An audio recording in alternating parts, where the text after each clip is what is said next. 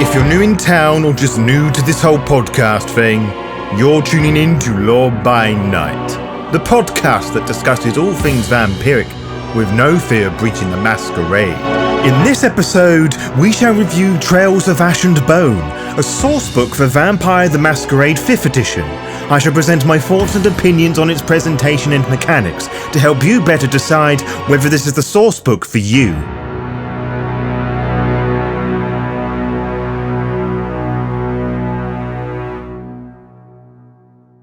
Back in the day when Onyx Path Publishing dealt with the vast majority of Vampire the Masquerade books in the 21st century, they would start the development of their books through the means of a site called Kickstarter, a global crowdfunding platform focused on creativity. In short, fans of the material would invest in products they wanted, rather than being ham-fisted, tone-deaf ones. Anyway, one of these crowdfunded books was Cults of the Blood Gods, a Vampire the Masquerade 5th Edition sourcebook that introduced and expanded upon various mortal and vampiric cults, as well as rules and mechanics for playing the Western necromantic clans and bloodlines in the 5th Edition setting, comprising of the Giovanni, the Cappadocians/Harbingers of Skulls, the Lamia, the Samedi, and Nagaraja, collectively known as the Hakata. It was a very successful Kickstarter project. It reached its initial goal of $30,000 within an hour of going live, surpassing 100,000 in under 2 weeks and finishing with over $150,000 raised. 16 stretch goals were reached, in addition to increasing the overall art budget as well as bonuses for the writers. 3 of those stretch goals were supplement books that expanded upon the material in Cult of the Blood Gods, which you can purchase and include in your stories right now. The second of these, Trails of Ash and Bone, released the 23rd of June 2021, is a playable story supplement containing 4 chronicles of varying lengths for STs to run for their players. However, it is highly likely that many of you are beginning to shut off at the mentioning of a storybook, but there are other goodies to be found within for players as well, as we shall explore. But before we do that, here are the rules for the Lore by Night book reviews. I will explore snippets of the lore, mechanics and rules found within the tome. I will look as to how they are presented and easily they are conveyed to new and old players alike. As this is a review written and presented by me, all thoughts and opinions are my own, so if you disagree with something I've said, that is totally fine. It does not mean that you are right and I am wrong and vice versa. As with my previous book reviews, I will start at the very beginning, which is the physical book itself, which currently sits nicely upon my lap. It is a letter-sized hardback book made out of that slightly squishy cardboard material, meaning it will mark easily. That said, mine is currently free from such creases, despite the countless times I have read through the book, and even if it did mark in this manner, that would not bother me too much, but I know that sort of thing will annoy some people. My solution to this is to purchase the PDF copy. The covers of the book are somewhat familiar in design to that of its parent book, Cults of the Blood Gods. Bloody vampires on the front, with the unique Onyx Path lifelike graphic novel aesthetic on the back to the left, with an easy-to-read text on the back on the right. The front cover, however, is a Mark Kelly piece, and this is currently my favourite piece of his for V5, probably for VTM as a whole. Besides this gorgeous use of bisexual lighting across the messy, barren, leafless forest and the vampire in the foreground, it's just a very striking image. It is rare in VTM's artwork we see the most primal, bestial vampires. I think that we have here is a wight or some poor bastard going through a frenzy. Knowing the contents of the book, the former is the most likely, but it could also be a depiction of a particular NPC found in one of the stories that is not a wight or a frenzied kindred. Whatever the state of this being this kindred is, it is very rare do we see this more visceral approach to Masquerade, the horror being more direct and akin to the ye old tales of them being ghouls, mindless monsters that tear at flesh as much as they devour blood. None of the romanticism pioneered by Bram Stoker and made popular by Anne Rice is here. What we have is just an obvious and loud statement that vampires in the world of darkness may be humanoid in appearance, but they are not human. They are monsters that could turn on you at the drop of a hat. You have to be a misguided fool to think otherwise.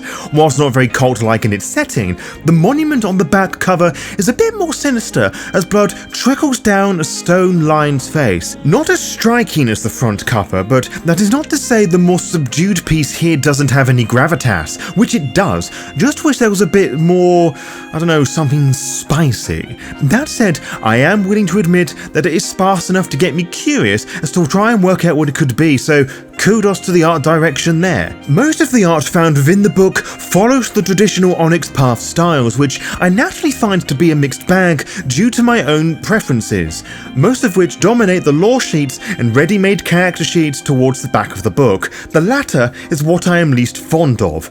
Others are more wild paintings that really capture the chaos of various elements of the vampire losing control, which seems to be a common motif with this book.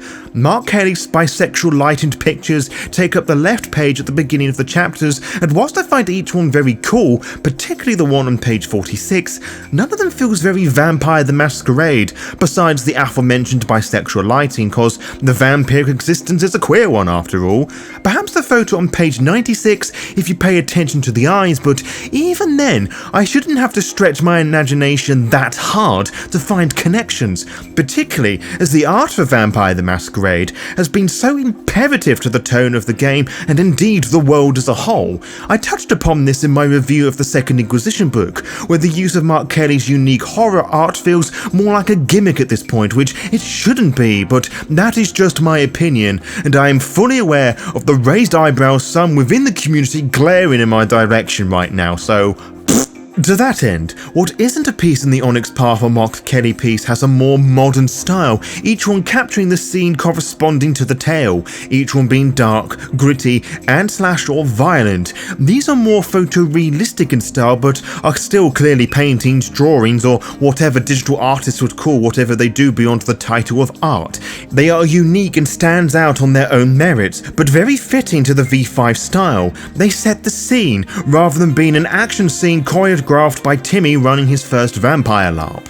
When you have opened the book, you are greeted with a short 2-page story. As regular listeners of the podcast would know, I tend to gloss over the short stories in these books so I can focus my attention on the meat and potatoes. There have been a few exceptions, and this tale, Revelations in the Water That Is Not Water, by Joshua Allen Dosh, will be one of them. I have probably got that pronunciation wrong, for which I am deeply sorry. Anyway, the story here is not told through the perspective of a vampire, as would be fitting for most vampire tales of this manner, but a wraith, who I assume is of a particular age, judging by the way they speak and their bounty to their master, a Carmen Giovanni.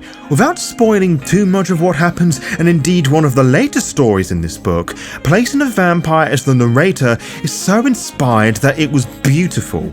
They, the wraith, feel haunted in the presence of humans, servants aplenty filled with emotions, passion, lust, and the sycophant smiles to keep the mistress of the house happy. Their faces are just a blur and they're gone, which is such a miserable existence. The wraith has to defend Carmen from something that attacks her, and they do so by cutting it down with a sword of the memory they once had.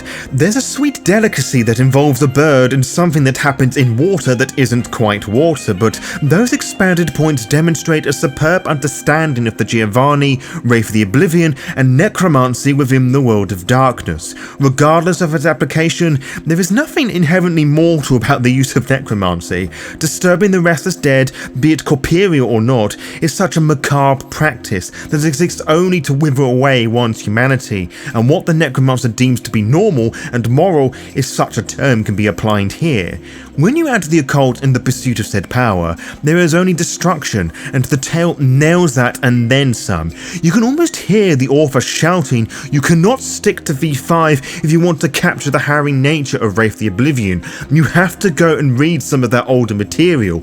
A supposedly controversial comment may be, but think about it for a second. Sure, you can tell a good ghost story without it, but a lot of the darker nuances unique to Wraiths mentioned here and the world of darkness as a whole will be lost if you just win it, which will also mean you'll be doing yourself a disservice as a fan of the world of darkness. Why do you think I had necromancy and Wraith 1-on-1 episodes right next to each other. It certainly wasn't to gather a possible insight as to why necromancy and tenebration were slapped together and called Oblivion. Fucking hate that.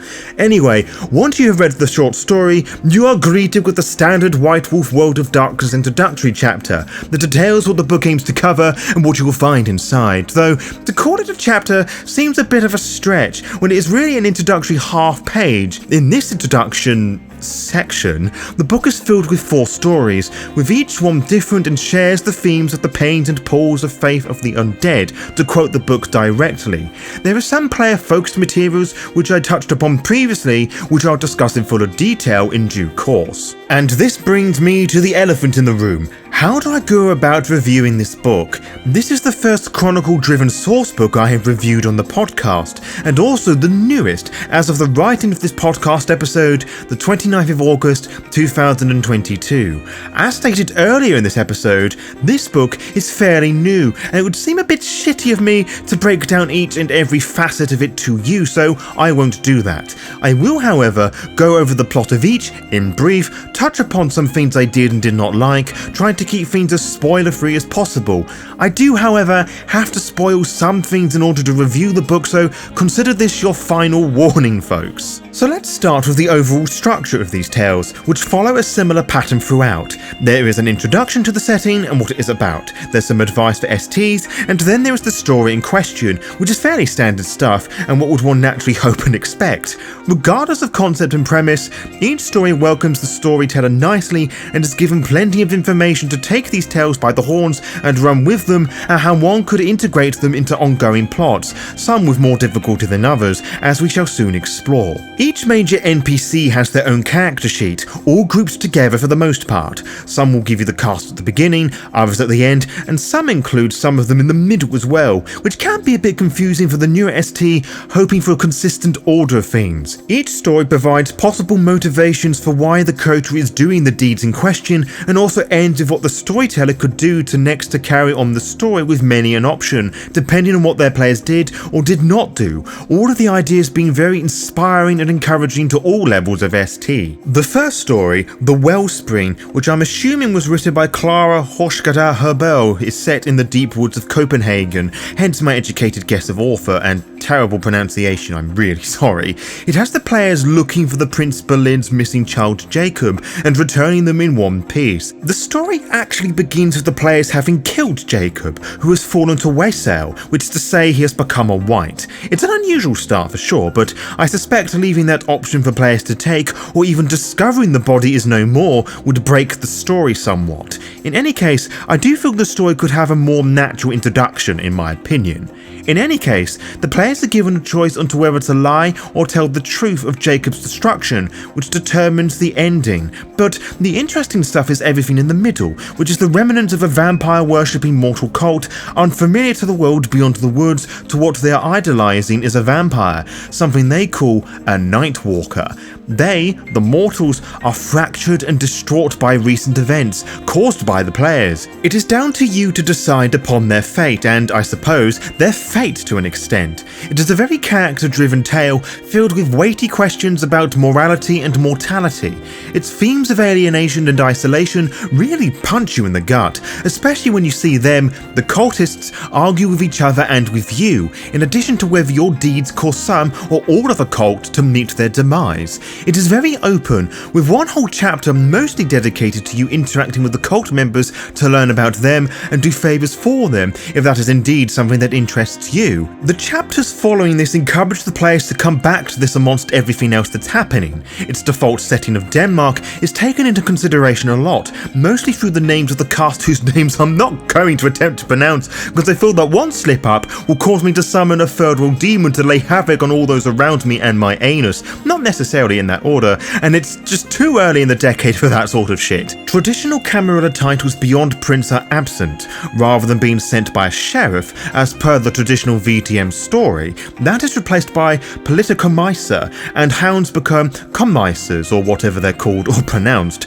Just small little things make the world feel a little more organic and real, despite despite the initial premise. If this is too much for you already, or the idea of different cultural settings scares you because you're a screaming racist, the story encourages you to lift the tale and put it into more comfy settings, if you so choose. The Wellspring may start off with the classic cult in the woods idea, but it does not take long for it to feel like the personal horror story that we know and love of Vampire the Masquerade, the exploration and the degradation of humanity and life versus death. Next we have The Family, which I know was written by Matthew Dawkins, which I will expand upon in a moment. This tale has the coterie travel to Atlantic City, a domain belonging to the Giovanni/Hakata, where they have proposed with vampiric and criminal activities. Someone has been spreading the secrets of the clan, and it's down to the players to find out what is going on and put an end to it permanently. In complete contrast to the previous Chronicle, this is pulpy and violent, filled with plenty of political intrigue that old fans of the Giovanni know and love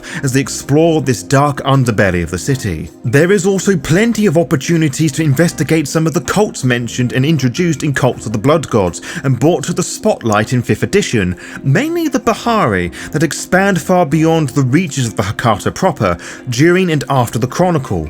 To that end, there is also plenty of information to be found about the city, which makes this chapter of the book a good sourcebook of its own right. One of the things I love about this story is how unapologetically dangerous it is. Players can very easily die in many places depending on their actions, and it encourages the ST to live up to that, as it's often commonplace for many STs to try and show mercy for players and give them a saving shot, as it were. I don't. I leave it to chance via a dice roll, and I know Matthew Dawkins is one not to show mercy in his stories and writing, which is something that shines through here brilliantly. This is probably the closest thing to a proper gangster game in the World of Darkness, without including the actual Mafia, with or without the World of Darkness Mafia book, or Hunters the Hunted 2.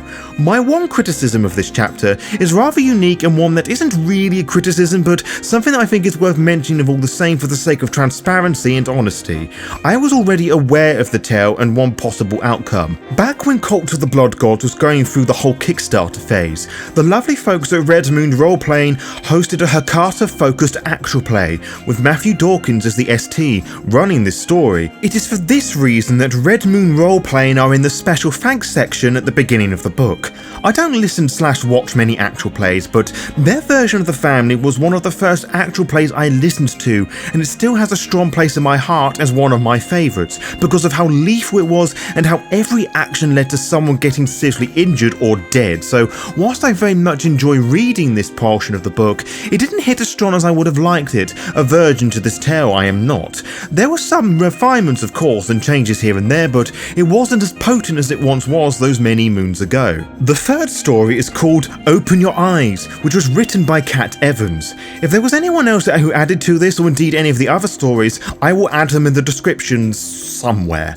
This tale is set in the barely United Kingdom in the city of Birmingham, not Birmingham, so I was immediately intrigued. I have often moaned and complained about the lack of British presence in the World of Darkness, so this fellow Brit felt pretty happy going into this section. So what's going on here then? Well, a kindred belonging to a so-called Lost Clan arrives in the city and claims to have found Golconda. Whether it be true or working to some clever con artist, the Camarilla are all shook up. It is the job of the players to find out what the hell is going on. Now, I am not familiar with Birmingham in the UK, nor do I know whether Kat does, but I know they are British, and it is clear to me they know the area well, or are very good at researching and/or setting the scene. Despite the fact this chapter probably has the least amount of background information associated with it, it feels very much like a British setting, and I'm not just talking about the big box on the second page of the chapter that explains that UK kindreds don't have a particular guns because, unlike the US, we have our shit together in that regard. But if you need your pointy shooty toys, Open Your Eyes is probably the easiest to transfer over to your gun-ridden state of the world. Jabs from across the pond aside, what makes it feel British to me is the descriptions of certain characters, to what they do, or just certain elements in the scenery. It just feels very familiar to me, which really says a lot about the shithole I live in. It's the little things is what I'm trying to say. That said, the lore regarding the structure of the Camarilla here does present some progress to what is presented in Fall of London, but it contradicts it at the same time, which I suppose is pretty apt for V5 and VTM lore in general, but it makes things easier to remember for anyone who chose to adopt Fall of London's titles. But I digress. This story is probably the best and most easily accessible way to explore the themes of Golconda for the modern player, and how the current rotting political power struggle begins to fall apart when another way makes its members think. After all, what is the Camarilla but a cult emulating humanity from the shadows playing the biggest game of chess of all time? What is the Anarchs but a cult of blind rebels? What is the Sabbat other than a blood-crazed murder cult? The story could have been an interesting opportunity to lay down some mechanics or rituals based around Golconda. Not blood sorcery rituals or anything that needed to be defined by dice rolls, but some examples of things players could do in order to pursue Golconda, similar to the myths and legends surrounding the Finnbloods in the V5 and Anarch book, like followers of Golconda are said to do X or that their aura is Y. Some additional bits of flavour the ST could use to spice up the table in one way or another. The idea of the Lost Clan, as alluded to in the book on page 103, is somewhat of a disappointment because it lacks certainty for the newer ST. Obviously most VTM fans know what is being implied here as a salubri, and I was first puzzled as to why they didn't say that. Well, it was through a recent Twitter thread, or recent as of the writing of this script, where it was revealed that Paradox ordered the writers not to mention them, probably because they wanted all the glory for the release of the V5 companion that did absolutely nothing for the salubri, so hey ho. On the plus side, the lack of a true defined answer for the Lost Clan does allow the creative ST to surprise their players with some imaginative homebrew. Some could interpret the Children of Osiris' beliefs as a weird twist on Golconda, or even the Kuei Jin or Wong Kuei, who her Solot allegedly learned or stole the secrets of Golconda from. It is just as much as a blessing as it is a frustrating inconvenience. The final story, Old Wounds, who I'm presuming was written by Joshua Allen Dosh, given the opening story, is the least flexible in terms of locale, as the coterie is sent to Florence, Italy for a jolly family reunion, only there is nothing happy about it because the clans and bloodlines that make up the Hecata are not one happy clappy family and hate each other to bits, only working together in times of great need for their safety. In fact, they barely work together at all, and that's the way I like it. It would be boring if they were all harmonious bunches for a multitude of reasons. Testament of this bitter hatred for this is the premise of the plot. It's a classic whodunit murder mystery, and you, the neutral party, preferably not pertaining to the Hecata clans and bloodlines, are charged to work things out and decide who did what. Perfect for those who are interested and engaged with the workings of the Hecata in V5 and like the idea of potentially shaping the future and direction as you potentially explore crypts, partake in necromancy rituals, and try not to get your asshole ripped open by the hungry Gestalt, which you're going to have to read about at your leisure. Whilst I like the free nature of this investigation-focused story, I feel it is a little too free in places, but I can understand why this is the case from a game perspective. Old Wounds has the same mysterious tone as the ones of the Giovanni Chronicles of old, as well as the fucked up nature of necromantic rituals, the paraphernalia used, and the cannibalistic necrophiles that practice and encourages them. It might be best to sit this one out if you're a bit of the squeamish sort, cause that bird at the beginning of the story is nothing. Their normal is everyone's fucked up. And that is as much as I'm going to say on the stories for now, which I hope has been helpful and engaging to you. But before I move on to the final chapter of the book, you're probably wondering how I would rank the stories, and to be totally honest, it is almost how they're presented in the book. For the sake of clarity, my favourite is the Wellspring by far, then the Family, then Old Wounds, leaving Open Your Eyes as least favourite, which is not to say that Open Your Eyes is bad, far from it. I love it. A lot. It's just what I enjoy in Vampire is covered beautifully in the other three, particularly the first story, which is so fucking sad, and I love me some sad tales. Inject that fucking shit in my veins, I fucking those, man!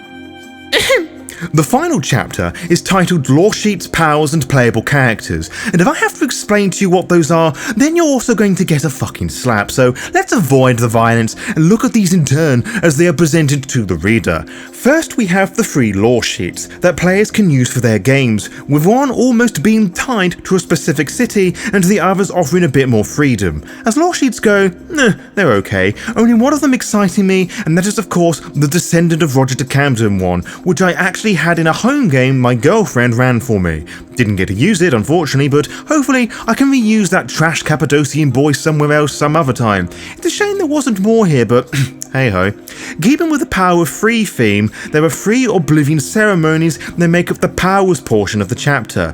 2 are level 3 and 1 is level 4, and that really serves to protect oneself and fuck someone up mentally, particularly the Death Rattle Oblivion ceremony. What makes up the bulk of the chapter are the 10 ready-made characters that anyone new to the game can pick up and play. To the surprise of no one, they mostly consist of the Hakata, all of varying generations available to players in V5, which is from generation 10 to 13, excluding the Finblood generations, which are generations 14 to 16. The mortal and vampiric existence is presented in brief yet engaging detail, as well as advice for roleplay, which means the ST can develop these characters further as NPCs also. They are super flexible in the presentation and function. The same could be said for the book as a whole. Trails of Ash and Bone provides lots of player freedom in both the stories and the player crunch in the back of the book to really help define the character they wish to make, both at the beginning of the character creation and through these 4 incredible stories. It does not force you to create Hakata characters because it is Cult of the Blood God supplement, but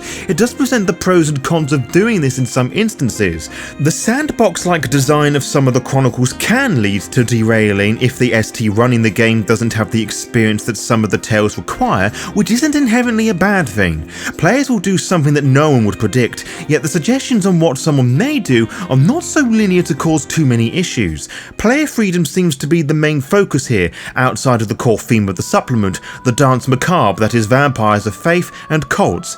I have to admit that I'm generally not a fan of these sorts of books of vampire, as they have always felt oddly out of place for the world of darkness. It is not as in your face as other books of its nature in other settings. That, and I've previously not liked the limitations of the idea of running somebody else's story.